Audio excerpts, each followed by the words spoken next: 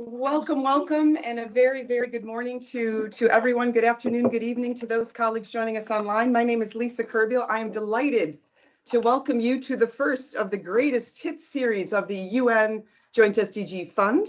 We're especially grateful to many of the partners and supporters that are with us not only online, but also here in person. And I'd like to begin with heartfelt appreciation to the colleagues of the governments of Spain, the European Union, Germany, Netherlands, Luxembourg, Italy, Sweden, Ireland, and Poland. Without your support, this work would not be possible. The SDGs remain our North Star, and our determination to achieve those SDGs is without resolve. We will never stop working to ensure we leave no one behind, and we are very, very excited to showcase some of the impact that this fund is making thanks to your support. We have member states and others that are newer to the fund. We have some around the table here in New York and online.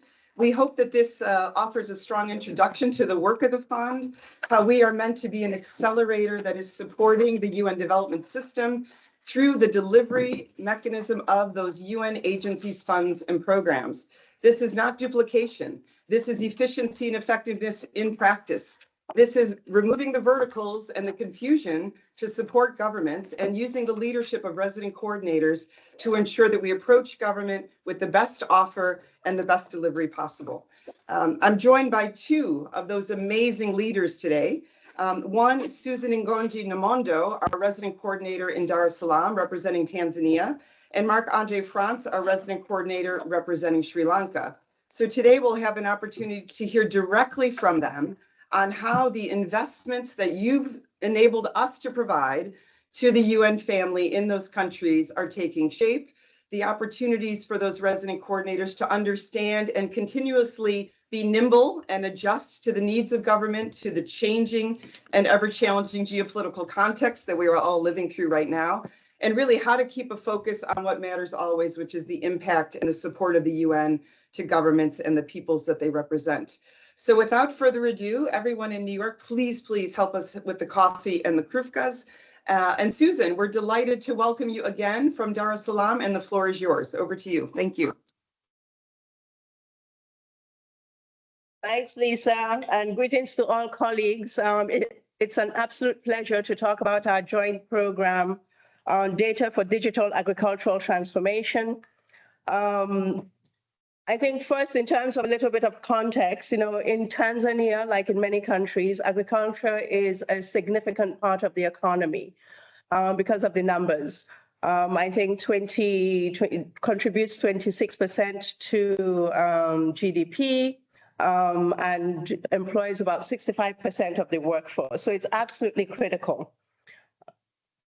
Now, I inherited this joint program. So what my predecessor was able to do was actually bring 3 UN agencies, unusual bedfellows, FAO, IFAD, and UNCDF, to really think about how we could utilize data and digitalization to deal with some of the challenges within the sector.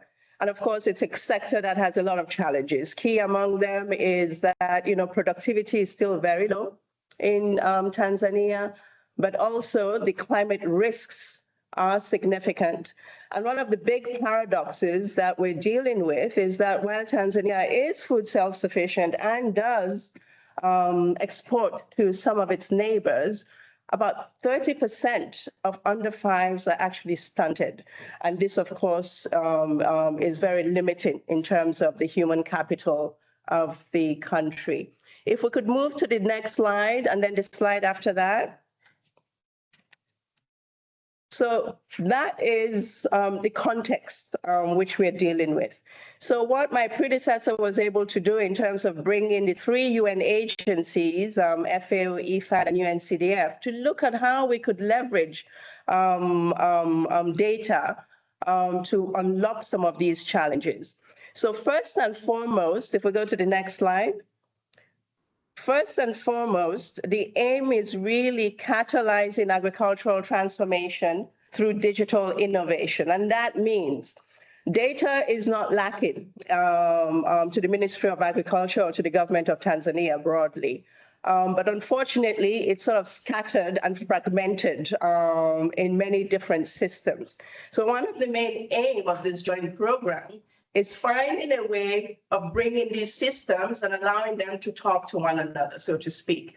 Having a platform that ensures interoperability of these various data systems that exist, and bringing that together, designing a data ecosystem that would allow government to be able to leverage on the information there for policymaking, but not only allowing the private sector, agri-tech companies to be able to access some of this data so that they can help provide solutions, better solutions for smallholder farmers. Because many of these solutions exist, but the agri-tech companies just don't have enough of the data that they need to actually design customized solutions. So that's one of the key aspects. But also leveraging technology and helping smallholder farmers to be able to access some of the information that they need to be able to, apply better climate smart technologies, etc. Empowering extension workers to also have the information that they need to better support smallholder farmers. So that's really the core of the joint program.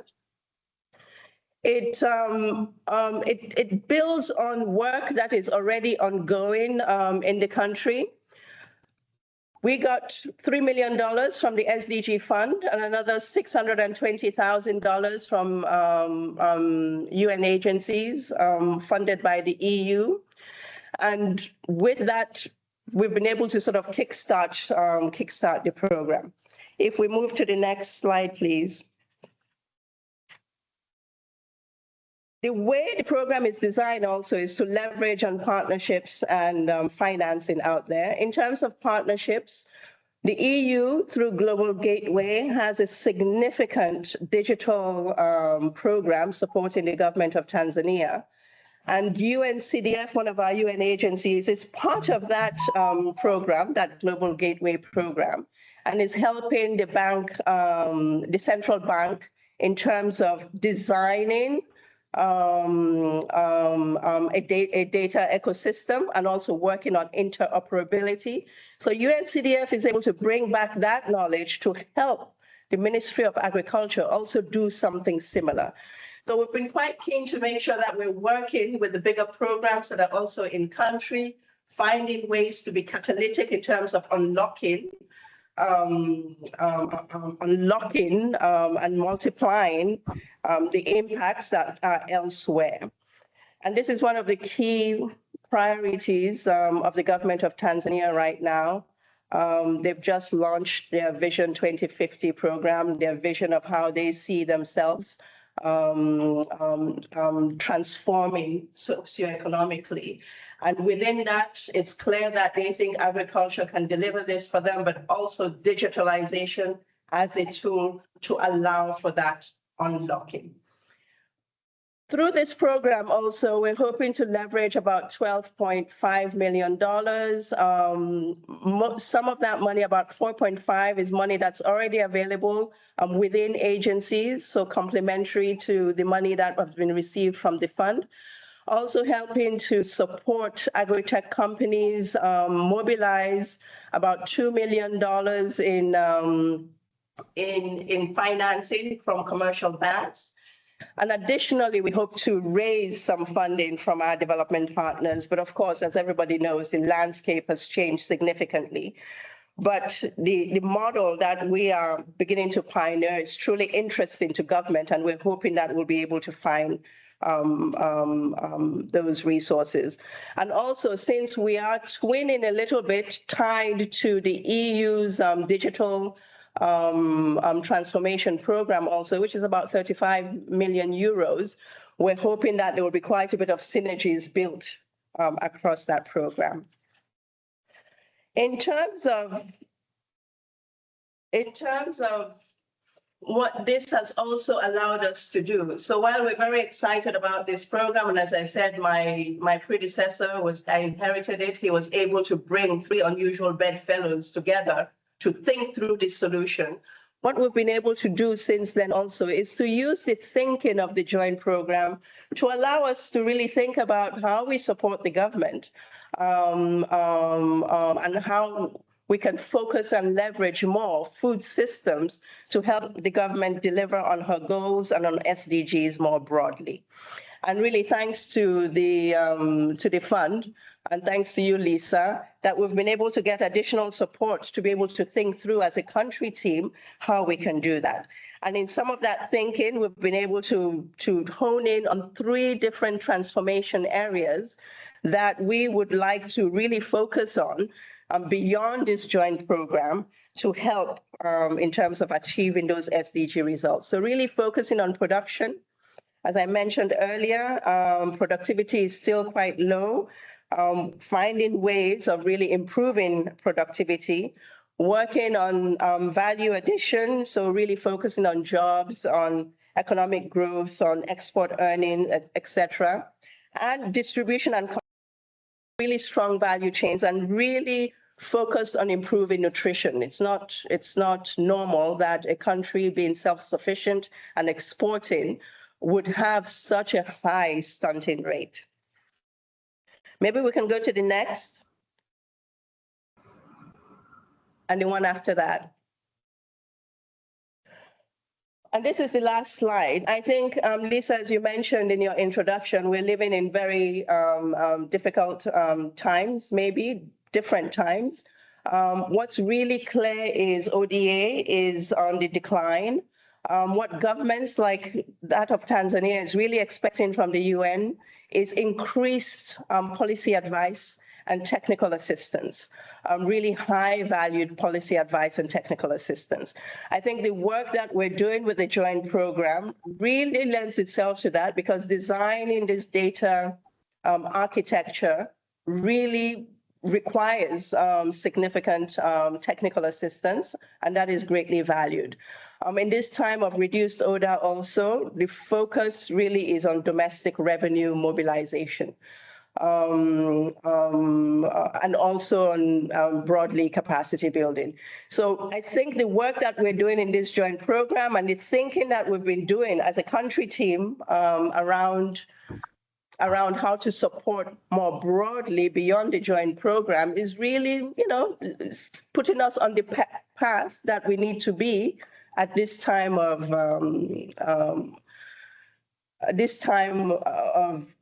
I'm lost for words, at this time of reduced ODA, because I think the government is really clear that while ODA is useful, Tanzania actually finances 80+% of its own development plan. While that is useful, the focus really is on how to help the government raise its own finances locally, how to really bring high quality technical assistance and capacity building to allow the government to be more self-sufficient as it implements its development programs. So that's broadly all I have, but I'm really looking forward to the discussion and to take some questions. I've left lots of things out, but I know that time is of the essence. Susan, thank you so much. Very clear and very valuable overview of how your role as the resident coordinator is really bringing the best of the UN system, to focus in on these 3 core pillars of the agricultural sector. I also know that Tanzania has been selected to participate in this subnational financing design sprint in Bilbao, Spain, coming up next month, which is an opportunity on Zanzibar to look specifically at seaweed production. And maybe to Susan's point before we pass to Marc-André, given the decreasing ODA, given the challenges facing the UN family, the Joint SDG Fund has pivoted to demand of RCs that every investment is now inclusive of a financing approach. So yes, of course, partnerships, but what of, municipal bonds? What of innovative financing mechanisms? What of cooperatives that enable, local currency to be used with local communities to really open up funding streams, whether that even be microloans, but ways to continue to allow resources to reach those that are at risk of being left behind. So I think Let no crisis go to waste, colleagues, right? This is an opportunity for us to, again, refocus and to bring the efficiency gains, which were why the RC system was created 5 years ago. We always wanted fewer verticals and fewer voices inundating governments, and we wanted a clarity of purpose and what we could deliver. And I love the fact that Susan highlights that the government of Tanzania, through this reduction of ODA, is asking the UN, how do we find the domestic fiscal space? How do we find solutions within this shrinking pie? We are all doing that. Everyone in this room and beyond is looking for answers of how to do that. And I think we're really thankful to you, Susan, for leading the charge for us in Tanzania. We're going to save the questions. I'm sure there are many until after Marc-André. So you get a few minutes to rest. And now we invite Marc-André, who is another one of the rock stars among the RC cohort, who is based in Sri Lanka. So Marc-André, if you have your camera on, I think we just need you to say a few words, and then the camera will pick up, and we will see you pop onto our big screen here. Wonderful. Can you hear me, Lisa? We hear you. Yes, and now we see you. Wonderful, wonderful. Excellent. So thank you so much, and we can't wait to hear about everything you're doing in Sri Lanka. Over to you. Thanks. I mean, I should connect more often with you. Your cheerleading and support does give me energy, gives us all energy. So thanks, Lisa, for that intro. And it's great, colleagues, to be here with you.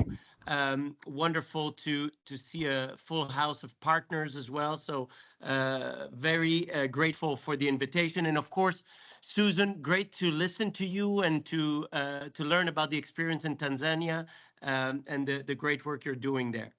So let me say a few words, of course, about Sri Lanka. You know, Sri Lanka has now gone through multiple sets of crisis, governance, and economic, and this series of crises compounded by COVID were partly caused by and led to further governance, deep governance challenges in the country. And so these crises have now paved the way for a historic election of a political movement that is completely outside of the traditional political establishment for the first time in the country's history. And the new leadership, who's now been in power for about 6 months, a new executive, new legislative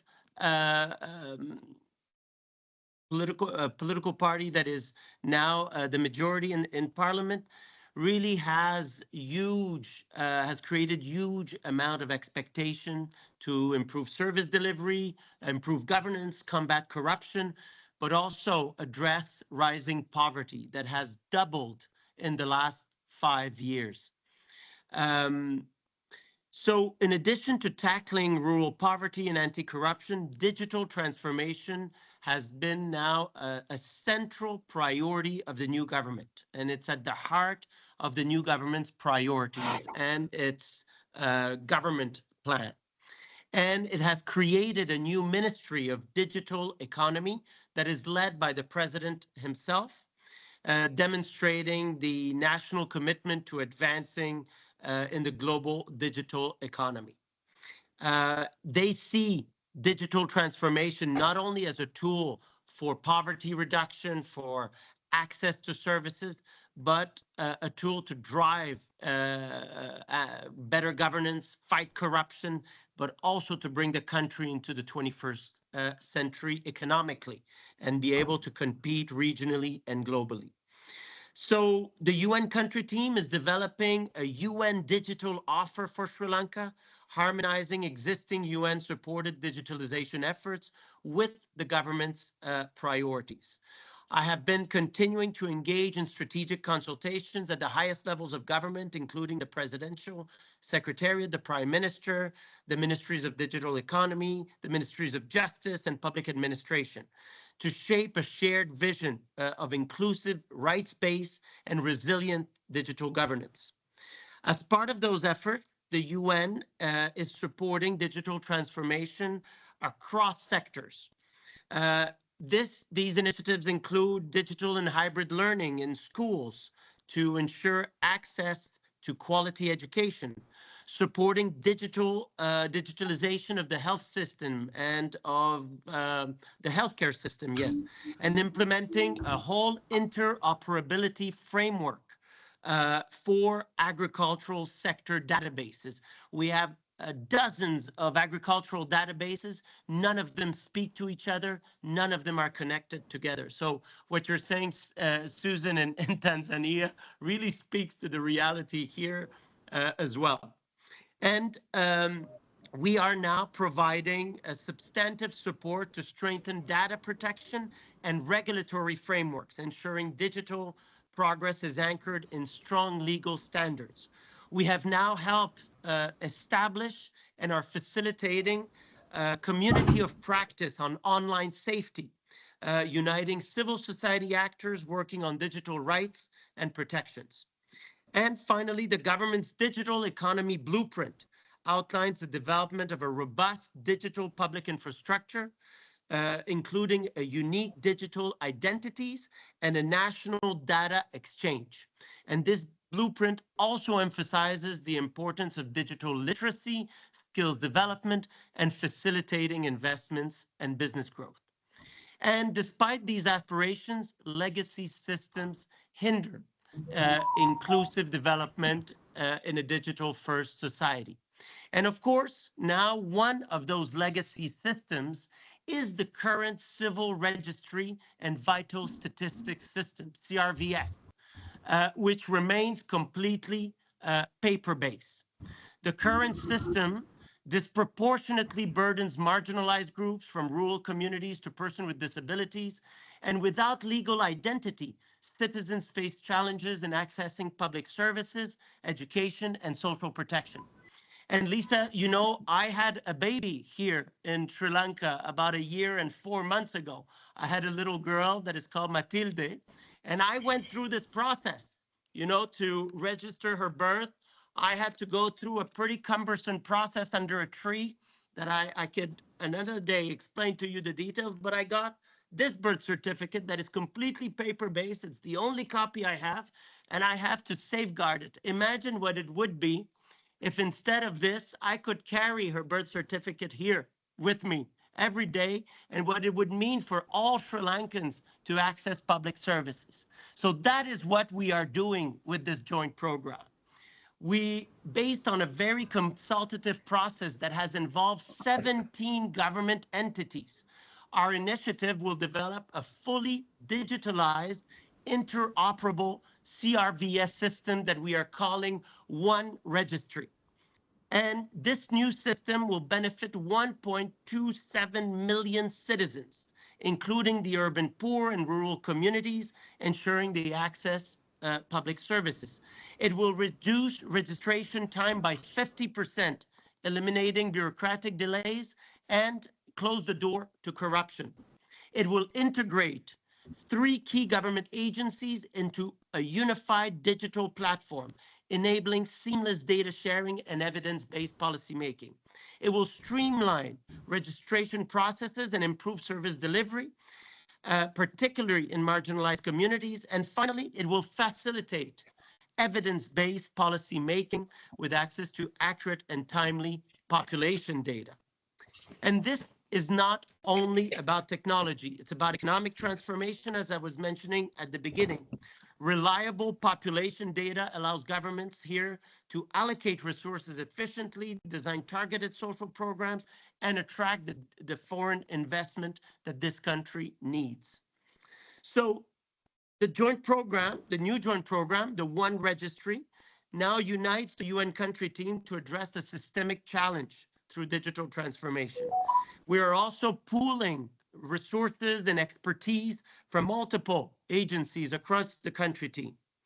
And finally, this joint program is channeled through our UN Sri Lanka SDG Fund, which is designed to support collective efforts and promote catalytic impact. Thanks to your support, we are delivering as one, ensuring coherence and efficiency in support of national priorities. So this One Registry models, I think, holds the promise for replication as well. both within Sri Lanka, but also across other contexts around the world. The One Registry will provide the opportunity to the government to allocate as well sufficient resources to scale up the model nationally. And the interoperable One Registry will be expanded to integrate health, education, and social protection database, creating a holistic digital ecosystem through initiatives such as the National Data Exchange. And finally, we're exploring partnerships with development finance institutions, Lisa, as you were mentioning just now, technology providers, regional actors to scale this model, and leveraging innovation to reach the last mile. And so let me just end by reminding everybody that this is not about my phone and technology. It's really about people. It's about delivering the promise of dignity, access, and opportunity for every Sri Lankan. And with the government leadership, the UN country team, and your partnership, we're building a better future where every Sri Lankan counts and every voice is heard and every opportunity is within reach. So thank you very much. Excellent, Marc-André. You are equally or more so inspiring. And congratulations again on baby Matilda. So wonderful. We actually have a Matilda here as well with us at the table. So it's a beautiful name for a beautiful young girl. Really excited to hear about these efficiency gains and this delivery, this arrowhead really that you're presenting that brings so many pieces of how governance needs to be improved, how we need to ensure this ability to access, but also to deliver. So I think a great example again of that.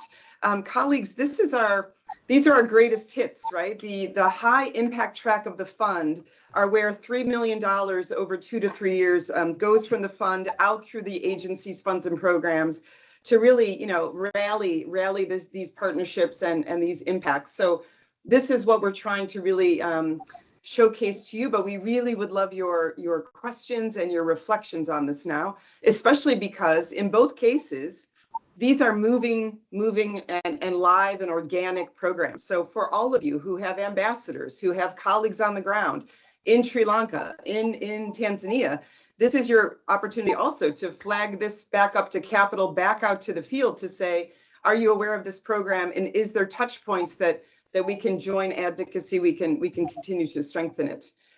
So with that, the floor is open. If you can graciously introduce yourselves, and of course to colleagues online, I think we need you to, are you monitoring? So you just need to maybe raise your hand in the chat and we will give you the floor.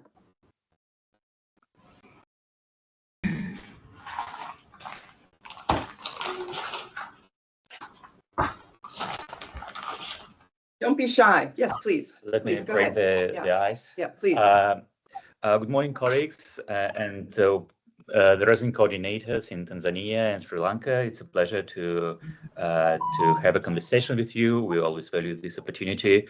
There are not that many, and definitely would like to thank the Joint SDG Fund for launching this series of briefings for member states that are not actually now contributing to the fund, but basically the fund is just like is the legacy of the reform. It's our common, we can say, global public good that we all share, and it's important for all member states to understand how the fund functions, because before, like, we usually just had to agree, like, to sign off on the plans to give the fund $500 million in the funding compact, but we didn't have any like feedback from the fund, what the fund is doing, how it works. So it's a very valuable opportunity.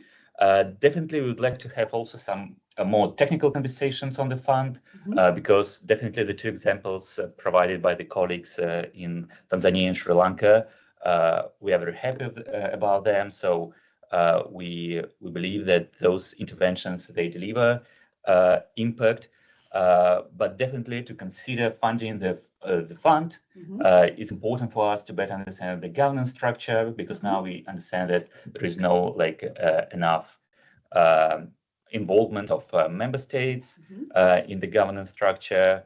Also to better understand how the priorities are identified. Now we see that they are like more imposed up-down, we have those 6 transitions, 6 windows that were defined by the Secretariat rather than member states.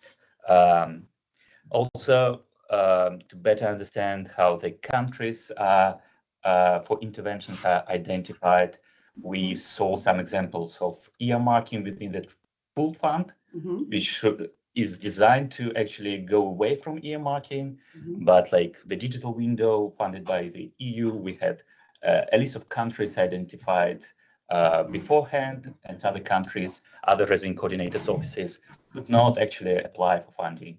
So we would definitely like to look closer into it and to see how that could be improved, whether it's a bug or feature of the fund. So it would be really useful to also see how those interventions are aligned with the UNSDCFs, given the fact that the fund is functioning based on the calls for proposals, thematic calls for proposals that might not be necessarily closely aligned with the country level national governance priorities. And here, so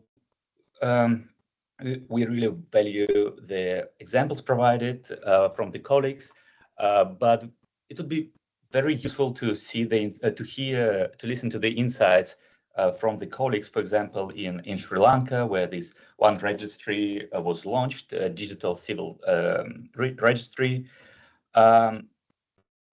What does the fund and the colleagues are doing that, for example, UNDP couldn't do on itself? What is the added value of the fund? Because we definitely, we are not contributing to the fund, but the member states, their partners, the donors, they are paying for the management of the Joint SDG Fund. They're paying for the management of the UN Sri Lanka Fund. So we have that many layers of additional funding that goes to administrative rather than development interventions. So what does it bring?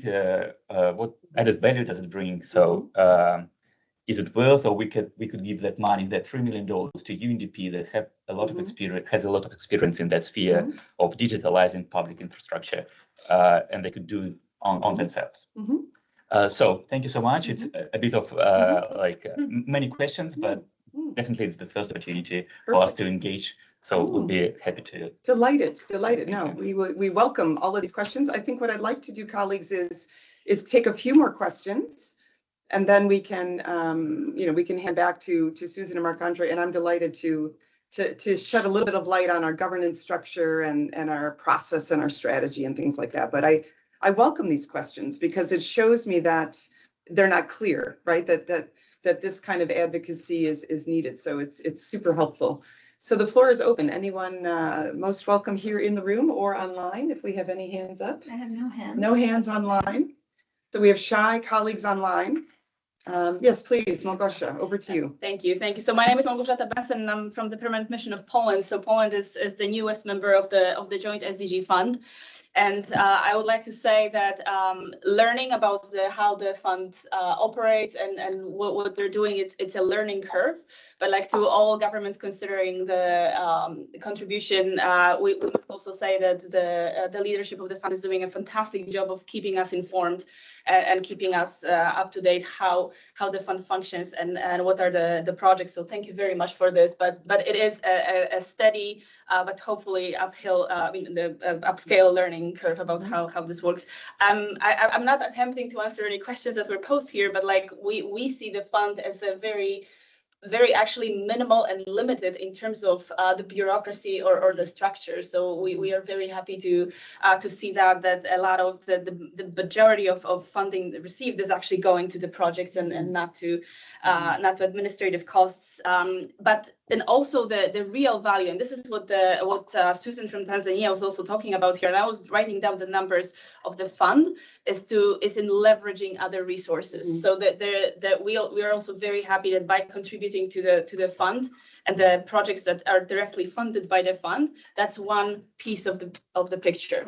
And there is a broader one of being able to leverage other resources. And so, for example, using the example of Tanzania, I noted that the project is being funded together and including by the majority by the fund in the number of 3.6 million. But there is an estimate, as I understand, that or hopefully it will be 12.5 million of the total funding. I'm a little bit curious about how, because some of this money is already there or in the pipeline, some the project is hoping to get. I always wonder how those exact numbers are being calculated. Like, for example, 6 million still as a hope to get from development partners. So how, if you could shed light as my learning curve about this, but if this is indeed complete or achieved, then that would mean that it really leveraged the resources. Just two last points I'd like to make. We're very happy to hear that the especially in the times now that of ODA getting down, Tanzania is asking for and is making huge progress in requesting and already getting into the enlarging the domestic fiscal space. That is really what is the end goal of all international cooperation, and also that that capacity and technical assistance is being recognized as equally important as getting the direct budget support. When to comment a little bit about Sri Lanka, congratulations on the vital statistics registry. I actually checked online as Marc-André was speaking about how to request digitally a marriage or birth certificate in Poland, and I got reminded that because we not that long ago actually went through digitalization of our registry, and I remember how it was before when everything was paper, and how it is now when I can by one click request picking up a paper. So this is a tremendous work, and hopefully this will contribute directly to, as you said, as you pointed out, to inclusion of many of like the whole society into this services, because this is what the end goal of this also to be participating and receiving for people services from the government. I'm sorry I took too long, but thank you very much for this presentation and for gathering here. Absolutely. No, not taking too long at all. I think this is a safe space, colleagues, for us to actually unpack a lot of the rhetoric. You know, there's so much language in this building and in our fields of development. I love it when we say my daughter needed a birth certificate or I needed to renew my marriage license. I think let's keep it realistic, because we are not that different from those that we are serving. In fact, we all have those same basic needs for services and for dignity, right? I think it's really practical. I want the fund to stay in that zone, right, where we can understand it very practically. Happy to take another question or reflection. I think Susan and Marc-André, you're hearing that there's a few things you could highlight, so we could also go to you and then do another round. Shall we do that, Marc-André? Okay. And then Susan? Sure. Okay, great. So Marc-André, over to you, and then Susan for a little bit on maybe the leveraging and some of those partnerships you're building. Go ahead, Marc-André. Excellent. So thank you for all those comments and questions, really useful. Let me speak specifically to the question from our colleague who's at the left of my screen, but on the value added of the fund. And I think this is really important question and goes really at the heart of why we should be establishing HQ-based pooled funds. And I must say, I know quite a bit about it, having been for 5 years leading the Secretary General's Peace Building Fund, and so I'm quite keen on that question. Let me answer by saying that there's five value added of the fund for us here in Sri Lanka. There's 5 reasons why the SDG Fund brings value to us. First of all, colleagues, you know, Sri Lanka just went out of a restructuring of its debt. It went through bankruptcy. We are some sort of low middle income country where highly indebted, where last year 76% of all government income went to service the debt in a situation where we're not even paying for the principal. So I can tell you that in a context like this one, where most bilateral donors have left the country because this is middle income, because we are 15 years after the Civil War, having $3 million to be able to invest at scale for us to launch a system like this one is extraordinary. It's not like $3 million will come from any of the bilaterals. Most of them have very small programs. And frankly, very few people are actually investing in these basic elements of digital infrastructure. So, you know, without it, frankly, colleagues, we couldn't do any of this. So unless your countries and donors are ready to come back to Sri Lanka and put some money into engaging in the bilateral relationship that I'm sure the government of Sri Lanka would like, these funds are a lifeline, yeah? And we wouldn't be able to do any of it. It's not like it's not like there's 6 donors lining up to give us money at the moment. There are no other partners that would fund this, and the government of Sri Lanka does not have the liquidity or the fund to do this. So I think that's very important. The second aspect is that, you know, we've received and continue to receive quite a bit of support from the team in New York in the design of this process. And the highly competitive nature of the fund has helped us quite a bit in improving our proposals. So I would tell you that without the support of the fund and the competitive nature of the fund, our proposal would be nowhere as close in terms of quality and impact, I think, without the fund. Third, the fact that the fund encourages or demands that the agencies work together. Well, we've been able to pull and to force agencies with different dynamics, different governing boards, with member states, you know, asking for different priorities on different governing boards. We've been able to bring these agencies together here and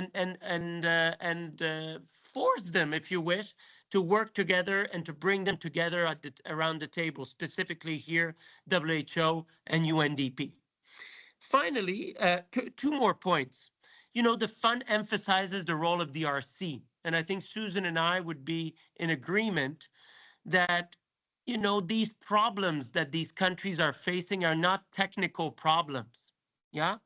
This is not only about, you know, rolling out copy paste of an Oracle system and just establishing it here. This is about power. This is about institutions. Imagine when you have 17 institutions involved in the simple fact of giving my daughter a birth certificate. Every one of these 17 institutions has somebody in charge, has a director. It's about power. And to bring these people together, it's about building consensus and getting some of these people to let go of power in favor of somebody else. And there, it's not sufficient to bring technical solution. And that's why I think the role and the seniority of the RC to convene, to bring together these actors, to be able to go very high level when we have obstacles. The convening role at very high level helps this program move forward.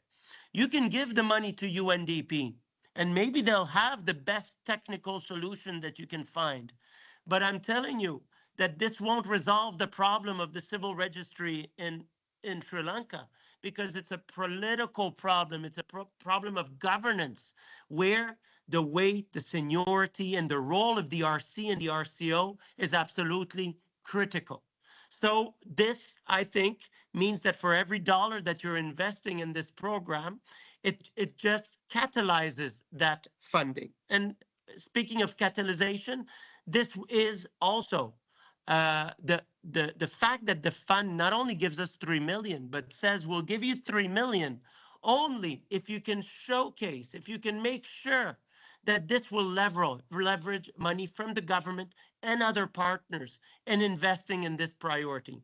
This changes the conversation completely here with my partners, with this very small and dwindling donor community here.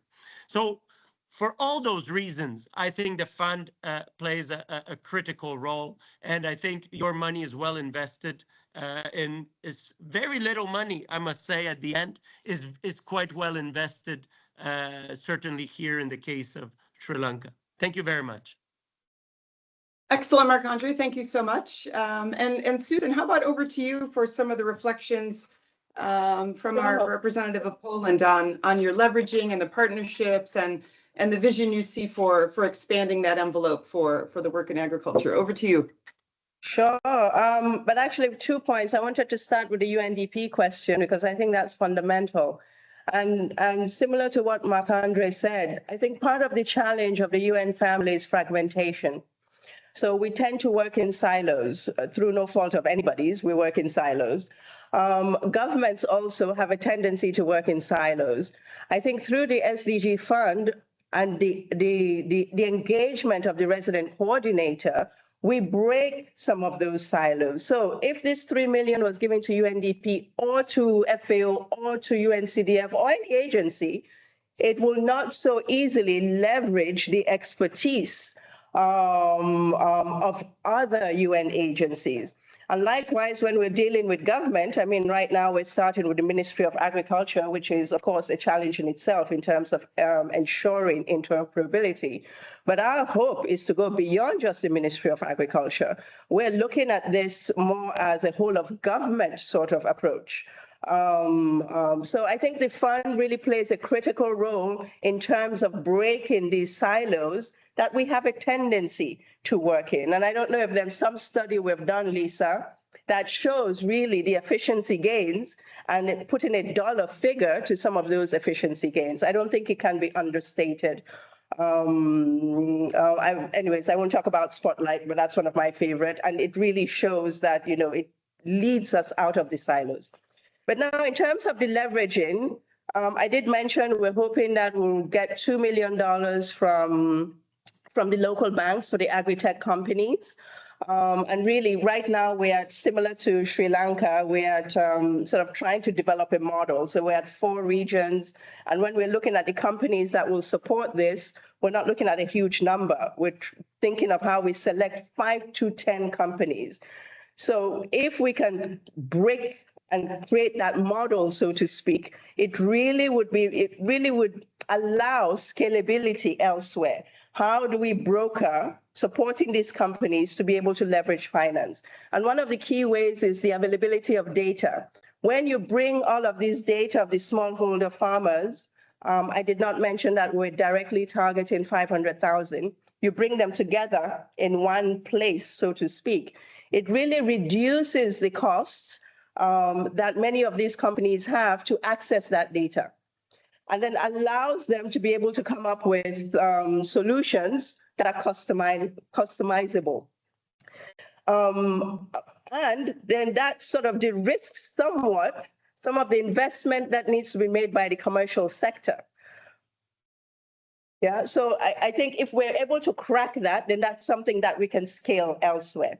In terms of the 4.5 million, you're correct, that money exists in agencies. We've found some way of channeling those resources that were directed towards agriculture to support this program. The $6 million is where I put a question mark, because the $6 million, a significant amount of that was supposed to come from USAID, which was a huge supporter of agricultural programs here in Tanzania. And we calculated that $6 million based on the conversations that we had with different partners. We had a sense of what they were excited about the program, and we had a sense of what they were willing to support the program with once it got off way. So now, of course, with USAID reducing significantly the resources that it has, that will take that 6 million down. But the government itself is extremely excited about this. So if really we can demonstrate this model, the government has capacity to try and mobilize these resources from elsewhere, from other partners, without participation. Yeah? Does that answer your question? Yes, thank you very much. Very comprehensive. Thank you. Thank you so much, Susan. Colleagues, we're coming into our final 9 minutes, so I'm going to start to respond to some of the broader questions about the fund. I think they're so helpful for those that are new to the fund to sort of get a quick snapshot of our governance structure and how we actually are very much bottom up, the opposite, the antithesis of top down in the fund. We will certainly share a deck that gives you all of this detail, and you know, we can give you a library depending how much you're willing to study up on how we operate. But just to open a bit on, you know, how are the priorities, how is the governance structure created? And don't forget, the Joint SDG Fund was created in the same General Assembly resolution that created the resident coordinator system. So you have to think back to the divorce, if I dare say, in 2019, where the res reps, who were the UNDP heads of office, were the RCs. And in that process, which was not an easy one, right? It was a very delicate division. The Joint SDG Fund was created to be that incentive and that support to these new leaders who were independent of any agency. So there was meant to be a little bit of a firewall to enable the RC to serve government on behalf of the entire UN family. And, you know, there's continuous new generations of resident coordinators that are broadening the background and representation of where they come from, right? So if you look back at 2019, many of our resident coordinators may have been from UNDP, not so much anymore. We have many, many more members of the UN family represented in our RCs, but also from outside, and many, many more coming from member states and the diplomatic community. The governance structure of the fund begins at the first level up at the agency level. And these are 8 agencies, funds, and programs represented at the Assistant Secretary General level.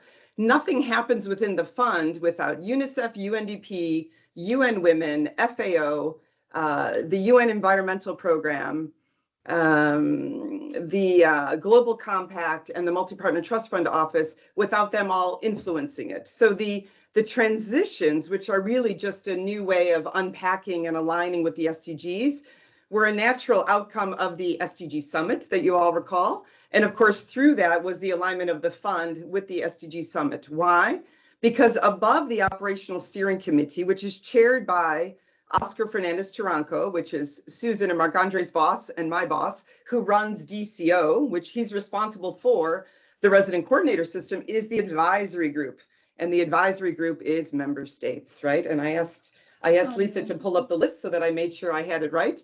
But it's chaired by the Deputy Secretary General. It's co-chaired by the head of the UN SDG group, which is Achim Steiner. And then it's the 5 top donors to the fund, which are Spain, Sweden, the European Union, Netherlands, and soon to be Germany, but at the moment still Switzerland. And then we also have program countries representing, which are Egypt, Kenya, Indonesia, Bangladesh, Barbados, Chile, and Uzbekistan. And it's that advisory group that decides how the fund is moving, what direction we're taking, and how we're aligning it with the highest level of governance of the United Nations, right? And the executive committee of the Secretary General and the General Assembly resolution. So I would, my counterpoint to the question would be that we are absolutely driven by member states and by that reality check that they bring to us to ensure that the conversations about IDPs, about migration, about critical minerals, about you know, the green transition and the challenges of that are all woven into how we approach our programming. So that's a little bit on that. Now, the strategy, again, how is this defined by the Secretariat? The strategy that currently is through 2026 of the fund, which you're right, is very much aligned with the 6 transitions, which are how we're really just trying to make it simple to understand the 17 goals, was again in alignment with the SDG Summit, the outcome document, where we were very thrilled to be mentioned. I think it's paragraph 41. But the Joint SDG Fund was defined as a premier financing mechanism for the UN development system, and has again and again been sort of positioned alongside the Peace Building Fund and the SURF. So if you think of development, peace, and security, and then the humanitarian, the three legs of the stool of the entire UN system under SG Gutierrez, the Joint SDG Fund is being positioned to be that third spoke of that stool, the third leg, right? Peace Building Fund being much more established, running at several $100 million a year, having heads of state engaged, the SURF working at almost billions of dollars in allocations, and then the development leg being quite small, right? And so the challenge in this increasing crunch of ODA is, how will all of you colleagues, how will the member states decide how development continues to move forward in these challenging times? If you continue to earmark, and I loved your question about earmarking, if you earmark to an agency, why would the agency work with the resident coordinator? Because they can say, my member state has told me, asked me, instructed me to do A, B, and C. Why would I share this information when my target has been defined by a capital back home? And that's the challenge. And unfortunately, we have had beloved member states earmarked to the fund. This was a result, I believe, of the political demands of taxpayers, and we are graciously funded by tax dollars from around the world, and we take that very seriously. Earmarking is not the ideal, and I'm thrilled, and I hope the government of Spain is online. The government of Spain has announced that they will no longer earmark, and their upcoming contribution to the joint fund, which we expect to be in the tens of millions of euros, will not be earmarked. And this is the direction, colleagues, as we go into FFD, that we need. You have to trust that the systems are aligning with the governance of the system so that we can get the work done, and not be, again, put into silos. That really can increase the duplication and the inefficiencies that we now know we desperately must eliminate. Are we top down? I would argue that our engagement with the RCs is almost daily. I would argue that the Secretariat across our small but mighty team is probably on a call with an RC or their country team daily, right, across our team. So we are constantly trying to be nimble and responsive and adjust and pivot, because that's what governments have to do. The whole world has to be pivoting at this critical time when ODA has died. We are literally watching the death of ODA. We don't believe it's going to come back. Look at the World Bank meetings in DC this week, right? The kinds of discussions that are being had by all of our counterparts are showing us there's no going back to the old way. So how are we creating a new direction? What we want to do more and more, to the point about the calls for proposals, is to enable the strength of the development system to avoid the race to the call for proposals and the competition a little bit to more of the food systems hub, identifying the countries and the governments who have made commitments to food systems transformation, and therefore nominate countries where those ministers of agriculture have already a solid standing. So we've kind of narrowed the pressure on RCs. We don't want them constantly competing, and we certainly don't want the majority not winning a funding round, because we don't want that to be the way we're treating the family, right? We're one team. So what we're trying to do is use the benefit that we have, FAO, WFP, EFOD, UNEP, DCO, we have expertise in food systems. We rely on them to help charter the way for the window on food systems, for example. I'm going to do one more check for any final questions or comments, because we're almost at close. And then I'm going to give you public service announcements for what's coming up in the fund. Any other? No, people I know have to run. A couple exciting things. FFD, next week, you're all going to be participating. Are you looking for an answer, like the Joint SDG Fund, for a financing vehicle that can bring efficiency gains to the development efforts around the world through the resident coordinators? If so, mention it. Mention what you're looking for. I know the FFD document is calling for more blended finance, for more leverage, but how, right? What are the capacities you want to see in the very UN that you're financing? This is where we need you to articulate that as much as you can, because that becomes our marching orders, that becomes our direction. So we look forward to seeing you at the side events. We will be sharing with you an invite to an event on Monday. The government of Indonesia has graciously invited the Joint Fund to co-host an event on Islamic social finance. That will be next Monday. So we'll be sharing that with you. Also want to have a shout out to the government of Spain again for the Basque government's leadership in Bilbao, Spain. They're hosting a design sprint for subnational financing. Fascinating times to be thinking about localizing the SDGs. The Basques have an ODA budget, and they've opened that up to the Joint Fund.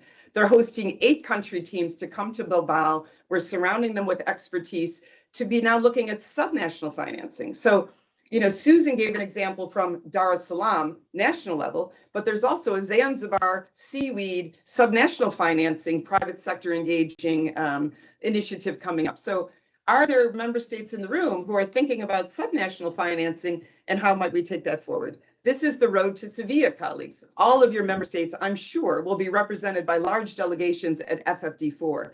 How do we make that matter? What kind of bespoke events could we have with you in the sidelines of Sevilla? Could your member state be talking to another partner? Could we be connecting member states interested in renewable energy with those of your countries that are looking to expand microgrids or solar farms? This is how we want to use FFD, right? We should be using it to further our objectives for the clean energy transitions for food systems. And then finally, I loved your idea about a more technical deep dive. I mean, what about once a month technical Tuesdays? Would love that. We have so much information at the technical level. My team alone is a resource beyond. If you want to know how we drill in and how we work with these teams, we'd be delighted. We have coffee, we have krufkas. Happy to do that, colleagues, but we need to know if you want to come. You're all so busy. So what would you like to hear from us? Literally, we are open to you. We work for you.